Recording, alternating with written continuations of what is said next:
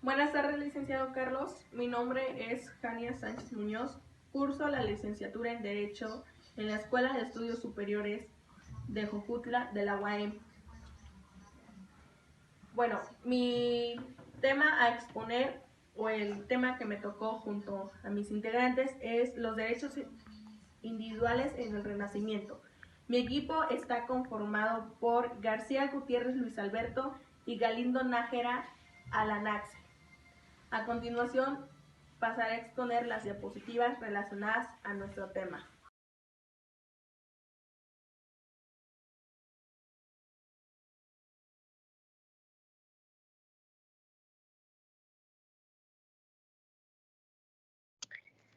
Bueno, licenciado, a mi equipo y a mí nos tocó los derechos individuales en el Renacimiento. Como primera lámina o primera definición, quisimos destacar lo que viene siendo el Renacimiento, que es un nombre dado en el siglo XIX y va de la mano junto con un amplio movimiento cultural que se produjo en Europa Occidental durante los siglos XV y XVI. Fue un periodo de transición entre la Edad Media y los inicios de la Edad Moderna. Sus principales exponentes se hallan en el campo de las artes, aunque también se produjo una renovación en la ciencia. Investigando en base a también la Edad Moderna, encontramos que pues la Edad Moderna iba de la mano junto con el humanismo. Es un tema muy extenso, por lo cual destacamos lo más importante y parte de ello mostraremos en las siguientes diapositivas. El Renacimiento fue fruto de la difusión de las ideas del humanismo, que determinaron una nueva concepción del hombre y del mundo.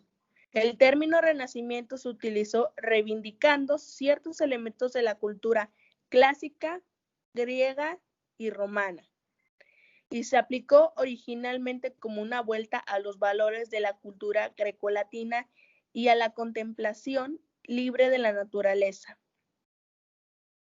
De acuerdo a Bollinger, estamos convencidos de que la corriente del Renacimiento que existía en forma latente desde el siglo XII se manifiesta completamente en el siglo XV. Primero en Italia y un poco más tarde o después de los años en otros países de la Europa occidental.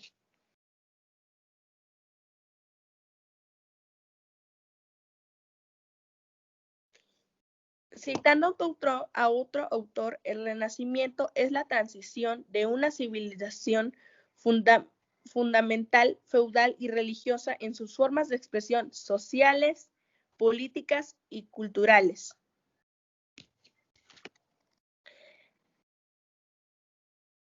En el pensamiento moderno es un lugar común relacionar de manera estrecha el humanismo. Bueno, en esta lámina comenzamos a hablar de lo que les presentaba, o más bien de lo que le hablaba en la primera lámina. Es decir, las sociedades democráticas modernas se hacen eco de los grandes pensadores de la libertad de pensamientos. El humanismo, o más bien el concepto del humanismo, surge en un contexto histórico totalmente diferente. El Renacimiento, el humanismo se desarrolla de manera excepcional en la Academia Florentina de Ficino, Pico de la Mirandola y otros autores que son básicamente los mismos que citaremos en todas las láminas o las diapositivas.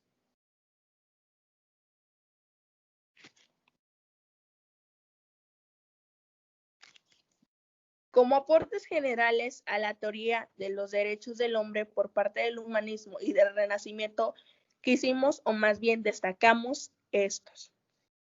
El inciso A, el lugar destacado que asume el humano en las nuevas cosmovisiones, en contrastes con la tendencia anterior o centrarlo todo en función de la divinidad.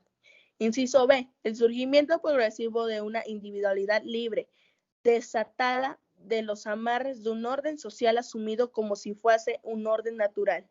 Inciso C, la acentuación de la autonomía de la razón y cierta actitud irreverente frente a la autoridad establecida y al peso de la tradición. En esta diapositiva explicamos lo que viene siendo el primer punto, o más bien el inciso A, que nos dice que en cuanto al primer punto, es evidente la atención prioritaria por lo humano, que se pone de manifiesto en las creencias artísticas de los maestros del Renacimiento, como sus insuperables representaciones de la figura humana en toda su esplendosa belleza y armonía, en las obras del filósofo y retóricos dedicadas a ensamblar o enlazar lo humano. El humanismo no es teocéntrico, sino antropocéntrico. El centro de gravedad se desplaza de la divinidad hacia el hombre, un cambio que se percibe con especial claridad de la nueva arquitectura, pensada a medida de lo humano y del claro contraste con la intención de los maestros del arte gótico, interesados en resaltar y acentuar la insignificancia del humano frente al poder asombroso de lo divino. Este interés por el hombre supone a su vez el surgimiento de un nuevo tipo de individuo que perciben el orden feudal como una jaula que limita o recorta sus proyectos de vida libre, que básicamente que no los permite realizar ciertas actividades o tomar ciertas acciones que a ellos les hubieran gustado. Pero más adelante en las siguientes diapositivas hablaremos cómo esto toma un cambio total. Como bien lo destaca Efron, en la época feudal las personas se encontraban atadas a un determinado lugar y al papel desempeñado en el interior de un orden social, aceptado como inmutable, lo que implica la escasa o nulidad posibilidad de pasar de una clase a otra.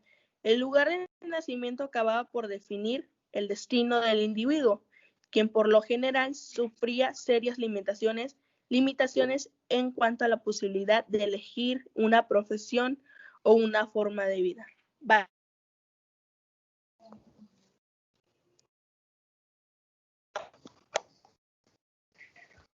Bueno, licenciado, una disculpa, tuve algunos problemas con mi internet, pero prosigo en el punto en el que me quedé.